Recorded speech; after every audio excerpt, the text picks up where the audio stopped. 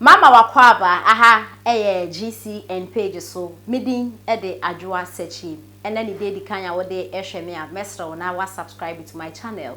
We are now don sa emia bell on so we ya notification and the san news e de betu me we nya bi atie anase we nya bi ahwe e wo GCN page ha. Sesie no Pablo oye National Youth Organizer de ma NDC amayoku no e na Owura Sami Gyamfi oye NDC Communications Officer omudi abom anya asem keto akra na ebo no omudi abom no omo kekensem Pablo Kembi etom na Sami Gyamfi so to emna Pablo ni na eye elections adano e course so e wo Cape Coast na Cape Coast election e course no eye Pablo na Owura Gyamfi na a contest for National Youth Organizer no na eno na Sami Gyamfi eye campaign de ma Gyamfi so omo to man no meye youth organizer because ono eno betumi lead the party no mo win election 2024 coming 2024 election e ba be kosi na eno na Pablo aye ne ya a o kire se election de se de obi apɛ eno ye campaign de ma no na mom Sami Gyamfi kan sem bi aye se Sami Gyamfi ono small boy oba party ni mu da ben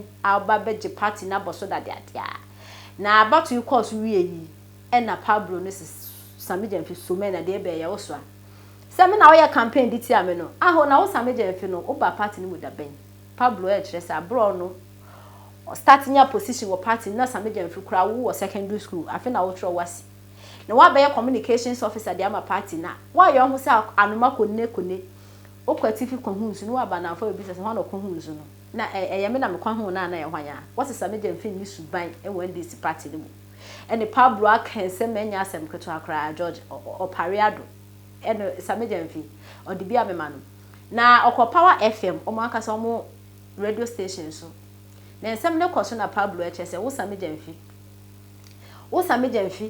wo baba ya campaign etia me wo adwuma be na wo ye sika be na wo wa ene wo si adan e wo Airport Hills na ene Sami Gyamfi so about abema Pablo reply e wo onua ma chi dwumade so Captain Smart ni program wo host e wo onua TV na Sami Gyamfi so no reply de ma Pablo nya ne se Pablo wo si ni si dan e wo Airport Hills a enye problem kra one family anko East Legon prekon Airport Hills na wo si dan wo Airport Hills a ene wo Ghana ha na wo si dan wo Airport Hills a unim ne wote na chese wo escapa me small boy ete se me mo the Airport Hills na tag me a me da wase Sami Gyamfi e chese oda Pablo ase so wo osi dan e wo Airport Hills na ha Airport Hills wo do ehemfo na to ye nipa na ti wo e ye NPP fo e da NDC fo na na ti wo nti also a politician osi dan wo ho bi eye na Sami Gyamfi e chese NPP na NDC fo na ti wo na chese automatically we a politician wo Ghana how you skeni ana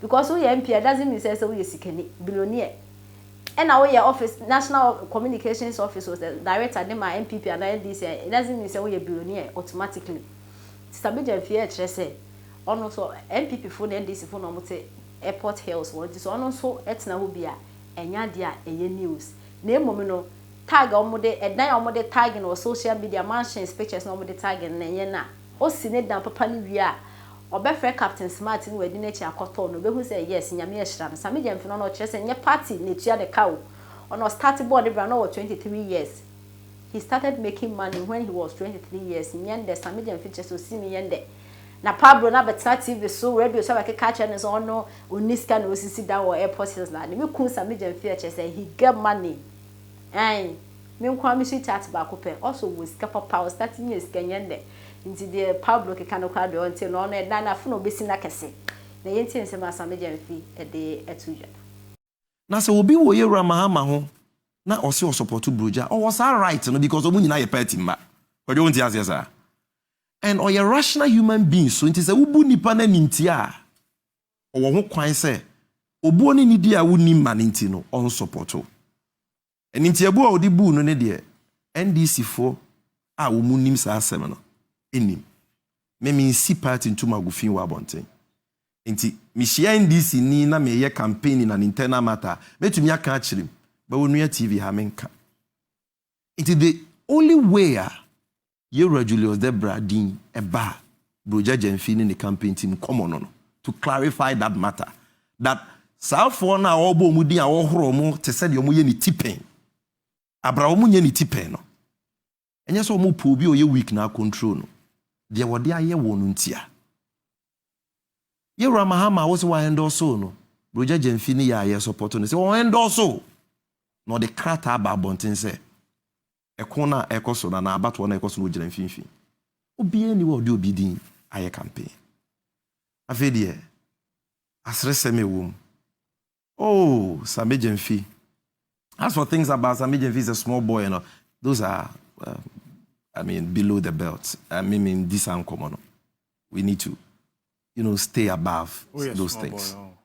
Me penesakra. I enjoy that. Your youth is good. I'm enjoying it. Bible Christ say, youth is good.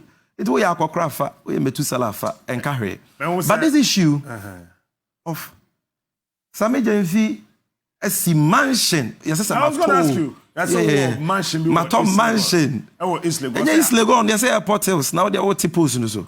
Mr. A prophecy will be prophesied into my life, and so I receive it. Me reso. And for me, go Islegon because area no my born one am a pay. I want to see me. So go. Open Airport Hills. Airport Hills enye nipa neto. Enye nipa neto. Woni mansion ho. Me ba enye nipa neto. Nipa ho.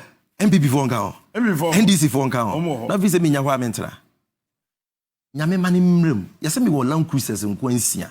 Eso wo say. Madofo amutie me ba akope. Eno kwa Yewura Mahama ho do ti obi de che me. Wo say. Me say. Eso wo 6. Ma me nyi 6 ni nyina ntum na mrem. Asre semwe kwadwo. And I say be kwa ye be kwa am contest the fatre be find and dear train camera. Kwadwo. Let me tell you something. Pictures no mu show no. On social media, portals be a publisher. I am not the owner of any of those houses. But me bomb pies I can own a house like that. And in fact, a dia me pese me sia. Me ye hu adwuma no. E be 5 times pictures no mu show no mo teso. Me see we am kwadwo no be ko ho to. Because the den say unu ya Sami Jemfi am da hey. Me nya kronfo. Me mo kro no da. Owiemfo but say me ma me to nkusua. When did you see that? Me nya aban adwuma da me aban ntua me kada. One sign contract bia. Me sign contract da. Kwadwo so the measure na say. Party adwuma me ye. Party adwuma me ye 99% of the things I do for the party. I raise money to do it myself. Because in life, enye fia ya wuwu mu say me bra wo sika na me bra na finance and this enye no ne hie o. Eyo nyame adom ne humobore wo so. It is a favor of God. And they open doors for people. And me nyomo a omobo hiama omo ana omo a in politics enye ma yema omo kra they pretend as if they are poor to deceive the grassroots. Me yema me amemo hu say yema me.